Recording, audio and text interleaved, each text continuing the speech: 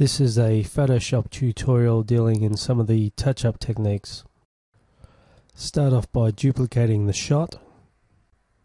That way we can quickly switch between our modifications and the original to check on the changes. Now first of all, quickly go around the picture and fix up all the quick little fixes you can, little blemishes.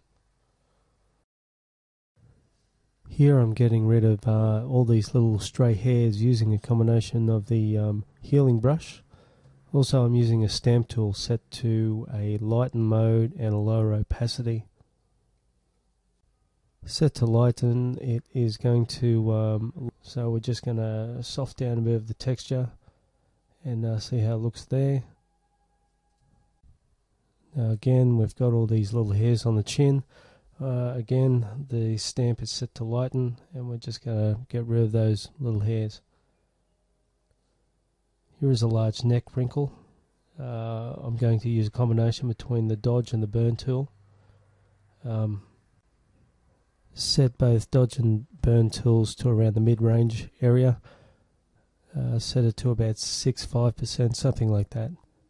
Using Windows, if I hold down the Alt key, I can quickly alternate between both dodge and burn. Using dodge and burn, we go around the image and we try to even out the skin tone. So if something looks a bit too dark, lighten it up. Something too light, darken it up. So it pulls them a bit closer together. Here on the lips, I'm using the dodge and burn tool. I'm also using the lighten stamp tool to again soften up the texture, but maintaining a bit of that texture. Now this armpit area is a bit yuck, so what I'm doing is going in there using a heel brush to remove some of the obvious wrinkles, also using dodge and burn to even out some of the area. You can notice a bit of a color shift if I use dodge and burn a bit too much. Get a normal brush, set it to color and sample an area color around it to color or bring the colors back. I'm then going to use a liquefy tool to morph that armpit line into something that looks a bit better. Now let's look at some of these other wrinkles. As we look down at the hands, we have some obvious wrinkles here. Again, we're using dodging and burning to pull some of those wrinkles out. Using a heel brush and also a stamp brush. Here I want to repair some of the background, remove some of these hands. Here I've just used a patch tool. Simply select the area and move it to a new sample area, trying to maintain the lines. I'm then using a dodge and burn technique to try and balance out some of these different tonal areas to get it more even again.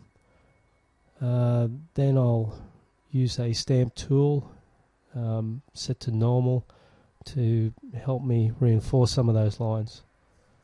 And one of the last things I'll do is, again with a stamp tool set to lighten, just go over the area just to put some, just to soften it up a bit, I guess, or just make it look a bit better.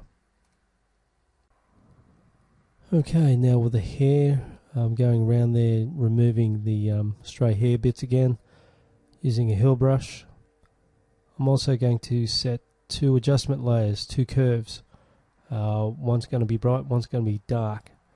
With that, I'm going to paint on the mask to indicate those areas that I want highlights and indicate the areas that I want to be darker, to give the hair a bit more contrast and a bit more body, to make those highlights pop out a bit more. I'm also going to use this same technique, again a light curve and a darker curve. I'm going to paint on the mask. And I'm looking around the body. The face is generally brighter because it has a lot of makeup. Here the figure is tanned, so I'm going to go over some of those areas to pull the darker areas back. and with the face I'll try and darken it up just to even the whole figure out.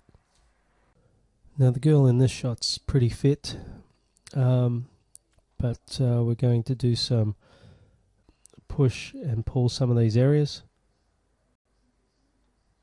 Now when we get out, we're going to have to sample the background area and do some quick erasing, and as a result we should have more square shoulders.